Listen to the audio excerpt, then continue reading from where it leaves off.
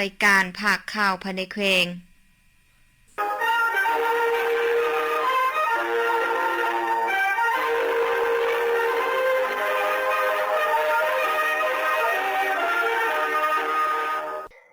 ่านผู้ฟังที่เคารพต่อไปเชิญประธานมาฟังข่าวภายในแขวงที่มีหัวข้อข่าวพร้อมเนื้อในดังต่อไปนี้ท่านนางลีวงเหล่าลีกรรมการศูนย์กลางพรรคเลขาคณะบริหารงานพรรคหัวหน้าองค์การอัยการประชาชนสูงสุดเคลื่อนไหวเฮ็ดเวียกอยู่แขวงพงศาลีต้นเสาร์วันที่7พฤษภาคม2026นี้ที่ห้องประชุมชั้น5สำนักงานองค์การปกครองแขวงท่านนางลีวงเหล่าลีกรรมการศูนย์กลางพรรคเลขาคณะบริหารงานพรรคหัวหน้าองค์การอัยการสูงสุดพร้อมทีมงานได้เข้าร่วมองค์ประชุมและรับฟังบทรายงานย่อการเคลื่อนไหวของเวียกงานองค์การอัยการประชาชนแขวงโดยการเป็นประธานของท่านนางลีวงเหล่าลีกรรมการศูนย์กลางพรรคเลขาคณะบริหารงานพรรคหัวหน้าองค์การอัยการประชาชนสูงสุดมีท่านคำไสสุนวิเลิศกรรมการพรรคแขวงหัวหน้าองค์การอัยการประชาชนแขวงพงศาลีมีบรรณาธิการคณะหัวหน้าของหัวหน้าทีมงานจากศูนย์กลางองค์การอัยการประชาชนสูงสุดหัวหน้าองค์การอัยการประชาชนเขต1และเขต2ภายในแขวงและองค์การอัยการกองบัญชาการท่านแขวงตลอดฮอดพนักงานภายในองค์การอัยการประชาชนแขวงพงศาลีเข้าร่วมในการประชุมได้ฟังบทรายงานย่อเกี่ยวกับการเคลื่อนไหวเวียกงานขององค์การอัยการประชาชนแขวงประจำ3เดือนต้นปี2026และทิศทางแผนการประจำ9เดือนท้ายปี2026จากนั้นท่านคำไสสุนวิเลิศกรรมการพรรคแขวงหัวหน้าองค์การอัยการประชาชนแขวงพงศาลีซึ่งท่านได้ยกให้เห็นบรรดาผลงานและไสสนะในการเคลื่อนไหวเวียกงานขององค์การอัยการหลายด้านเป็นต้นระยะผ่านมาคณะพรรคคณะนำองค์การอัยการประชาชนแต่ละขั้นได้ถือเอาเวียกงานการเมืองแนวคิดเป็นกุ๊กเอาใจใส่ศึกษาอบรมโฆษณาเผยแพร่แนวทางนโยบายมติคำสั่งของพรรคกฎหมายของรัฐให้แก่สมาชิกพรรคพนักงานรัฐกรเป็นปกติองค์การอัยการประชาชนแขวงเขตมีพนักงานทั้งหมด56ท่านหญิง21ท่านสังกัดอยู่แขวง22ท่านหญิง10ท่านองค์การอัยการเขต1มี20ท่านหญิง8ท่านองค์การอัยการประชาชนเขต2มี14ท่านหญิง3ท่านการติดตามกฎกาปฏิบัติกฎหมายองค์การอัยการประชาชนแขวงเขตได้เอาใจใส่ติดตามกฎกาการปฏิบัติกฎหมายของบรรดาองค์การจัดตั้งต่างๆตลอดฮอดผลเมืองและได้ประสานสมทบกับองค์การจัดตั้งปฏิบัติคำตัดสินของศาลเพื่อเก็บกำตัวเลขสถิติการจัดตั้งปฏิบัติติดตามกฎกาการจัดตั้งปฏิบัติคำตัดสินของศาลที่ใช้ได้ยังเด็ดขาดอยู่แผนกยุติธรรมแขวงเมืองมีคำตัดสินของศาลคดีอัญญาค้างมาเดือนก่อน225เรื่องเข้าใหม่35เรื่องรวมทั้งหมด560เรื่องในนี้ปฏิบัติสำเร็จ42เรื่องเท่ากับ 7.5 ส่วนน้อยผลจัดตั้งปฏิบัติจำนวน518เรื่องเก็บค่าปรับใหม่ทางอัญญามีจำนวน99ล้าน5แสนกีบมอบเข้างบประมาณต่ำรัฐบาลระเบียบการติดตามกฎกาปฏิบัติคำตัดสินของศาลที่ใช้ได้อย่างเด็ดขาดอยู่แผนกยุติธรรมแขวงเมืองมีคำตัดสินของศาลคดีแพงค้างคาเมื่อเดือนก่อน30เรื่องเข้าใหม่2เรื่องรวมทั้งหมด32เรื่องในนี้ปฏิบัติสำเร็จ2เรื่องเท่ากับ 6.25 ส่วนน้อยผมจะตั้งปฏิบัติจำนวน30เรื่องพร้อมกันนี้ประธานของประชุมได้มีคำเห็นคำถามโจจิ้มจากนั้นผู้เข้าร่วมของประชุมก็ได้ผลัดเปลี่ยนกันประกอบคำคิดคำเห็นแลกเปลี่ยน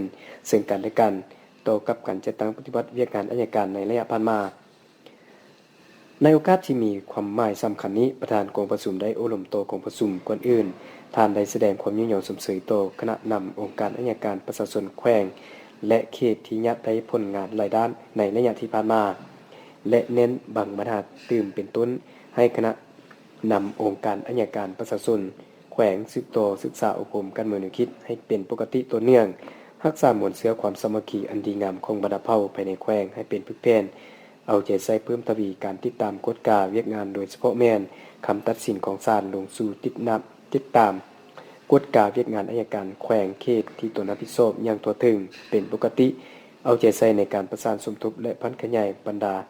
มติคำสั่งของศูนย์กลางและของแขวง ที่เกี่ยวพันถึงเวียกงานอัยการให้ทั่วถึงโอกาสที่ท่านนางลีวงลาวลีกรรมการศูนย์กลางพรรคเลขาคณะพรรคหัวหน้าองค์การอัยการประชาชนสูงสุดพร้อมทีมงานเคลื่อนไหวเรียกงานอยู่แขวงพงศลีในครั้งนี้ยังได้นำเอาคอมพิวเตอร์โน้ตบุ๊กและปรินเตอร์2ชุดมอบให้องค์การอัยการแขวงตึงอีกมอบหับนาทีเลขาคณะพรรคหักฐานกลุ่มบ้านผลแก้วระหว่างสุดเก่าและสุดใหม่พิธีจัดขึ้นในตอนบ่ายของวันที่6พฤษภาคม2026ที่ห้องการบ้านผลแก้วเป็นเกียรติเข้าร่วมของทานบุญสวัสดิ์ศรีวงไสกรรมการพรรคแขวงเลขาพรรคเมืองพงศลีมีทานสมสวัสดิ์สมลังสีเลขาคณะพรรคหักฐานกลุ่มผลแก้วเข้าร่วมมีบรรดาทานคณะจัดตั้งเมืองคณะกวดกาพรรคหลัดเมืองและเลขาในบ้าน8บ้านพนักงานกลุ่มเข้าร่วมในพิธีต่างนาคณะจัดตั้งเมืองได้ผ่านมติของคณะประจำพรรคเมืองพงศลีเลขที่31ทับคบพมลงวันที่28เมษายน2026บริการถอนเลขาคณะพรรคหักฐานกลุ่มพลบ้านพลแก้วโดยตกลงยกย้ายสหายสมสวัสดิ์สมลังสีประจำการอยู่ห้องว่าการเมืองพงศลีและผ่าน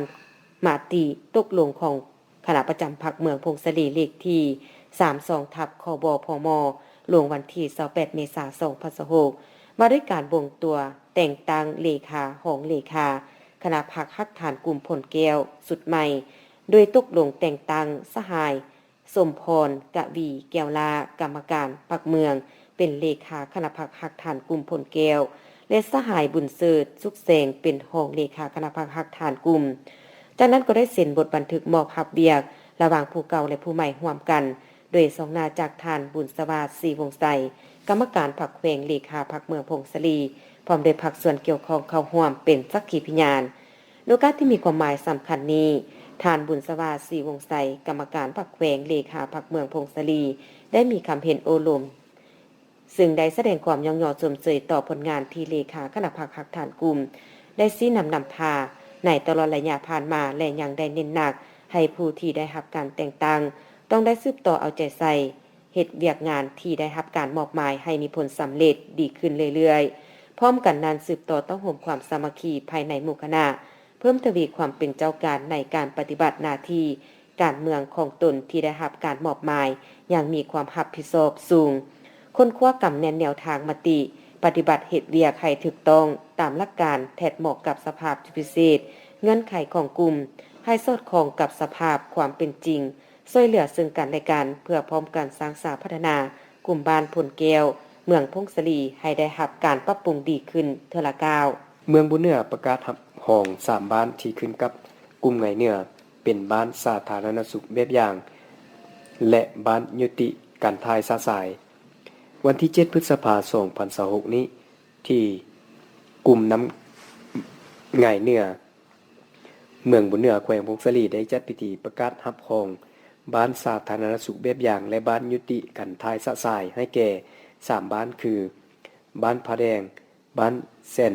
ดาวใต้และบ้านปังฮุกซุปคิงที่ขึ้นกับกลุ่มไหงเหนือยังเป็นทางการให้เกียรติเข้ามาเป็นประธานของทานใส่ลัง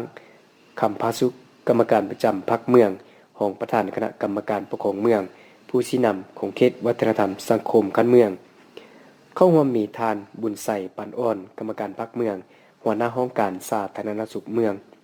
ทานคำสุขไสยะแสงกรรมการพรรคเมืองเลขาพรรคกลุ่มไหงเหนือตลอดฮอดองค์การปกครอง3บ้านพร้อมด้วยพนักงานสุขศาลาพนักงานกลุ่มเข้าร่วมอย่างพร้อมเพรียง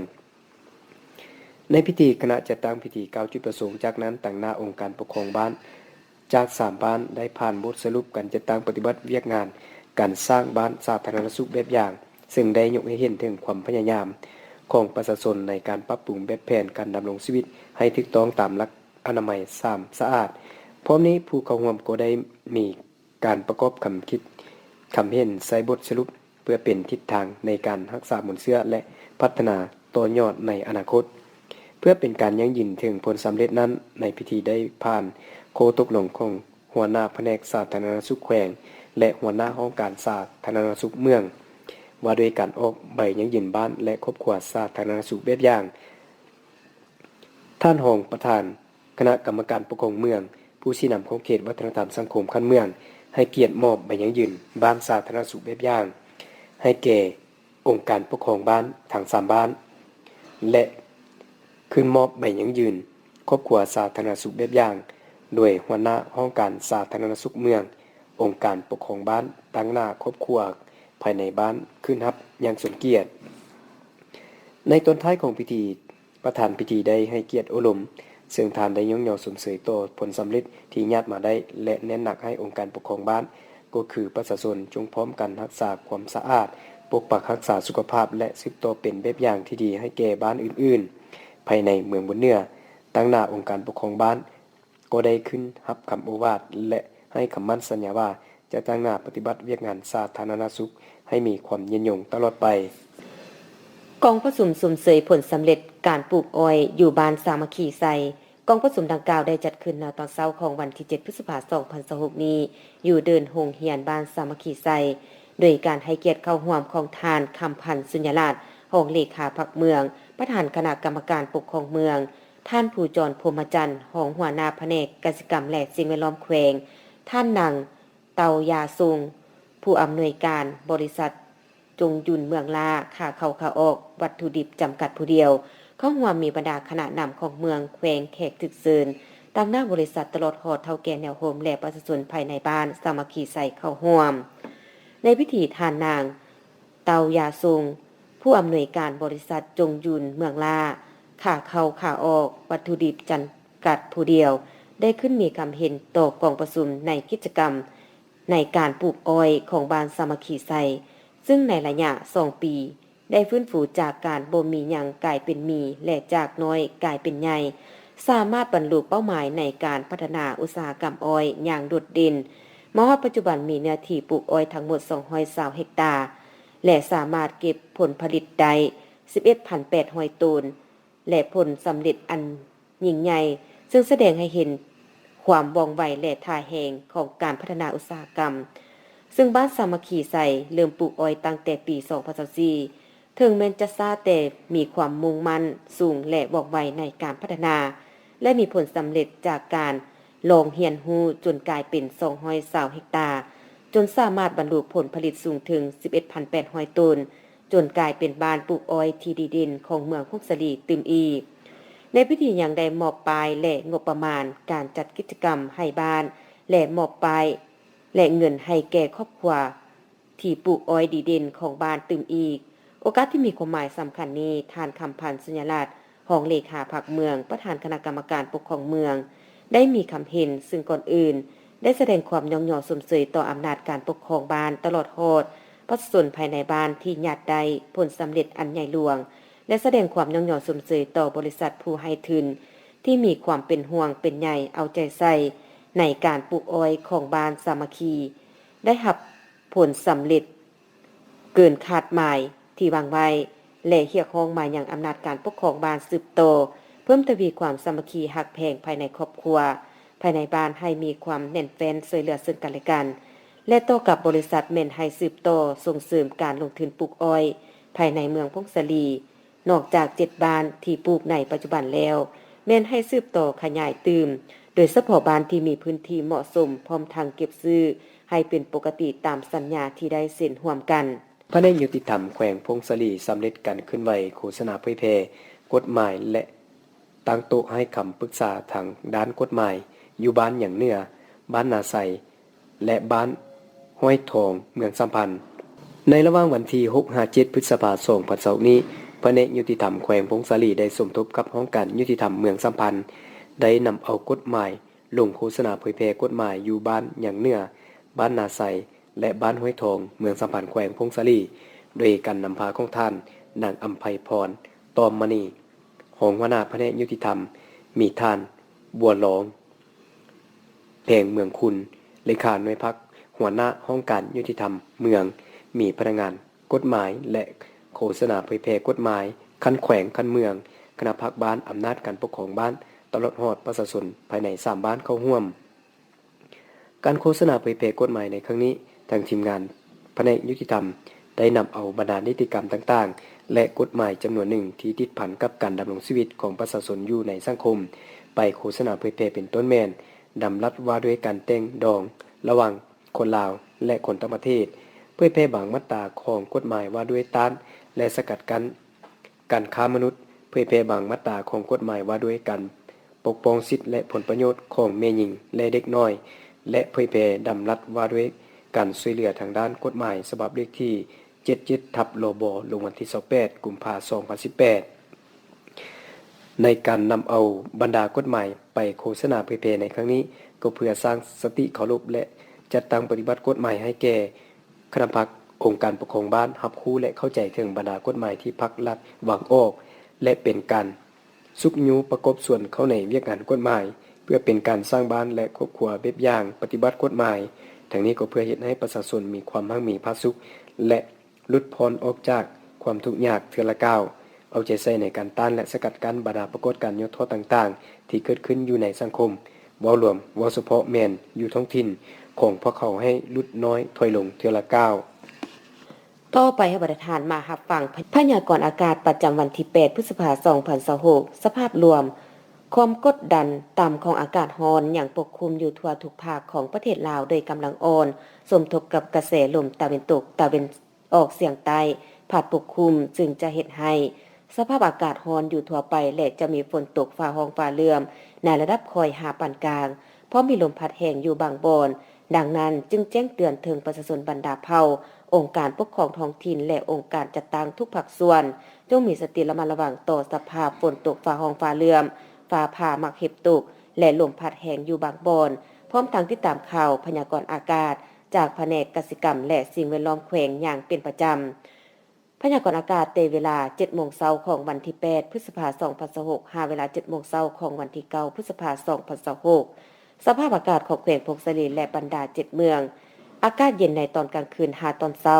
และจะมีฝนตกฟ้าร้องฟ้าเหลื่อมในระดับคอยเพราะมีลมพัดแรงเป็นบางโอกาสเนื้อที่การปกคลุมของฝนเท่ากับสาวส่วนหอยอุณหภูมิต่ำสุดอยู่ในระหว่าง 13-15 องศาและอุณหภูมิสูงสุดอยู่ในระหว่าง 23-25 องศารายงานสภาพอุณหภูมิและปริมาณน้ำฝน24ชั่วโมง7เมืองทั่วแขวงพงศลีอุณหภูมิต่ำสุดมื้อนี้14องศาอุณหภูมิสูงสุดเมื่อวานนี้21องศา